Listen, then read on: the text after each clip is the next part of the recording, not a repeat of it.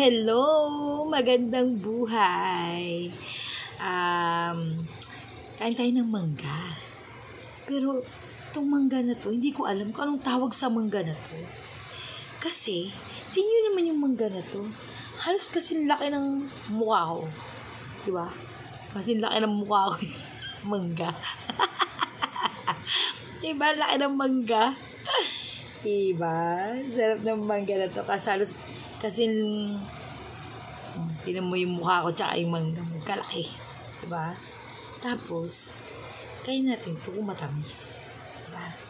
Wala akong bagoong. Kaya isusuko na lang sa asin.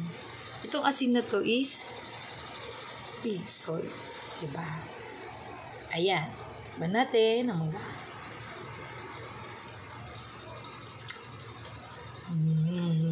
Harap. Alam mo yung mga kawin.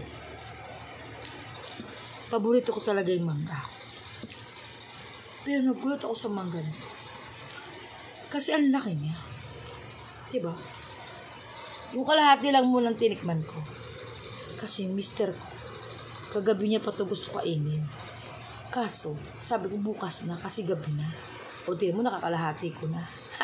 Kaya yung kalahati, mamaya naman sa kanya. Diba? Ayan. Inunahan ko na siya. Yung mangga. Ang tamis ng mangga. Tamis niya. Hindi ko lang alam kung anong tawag sa mangga na to.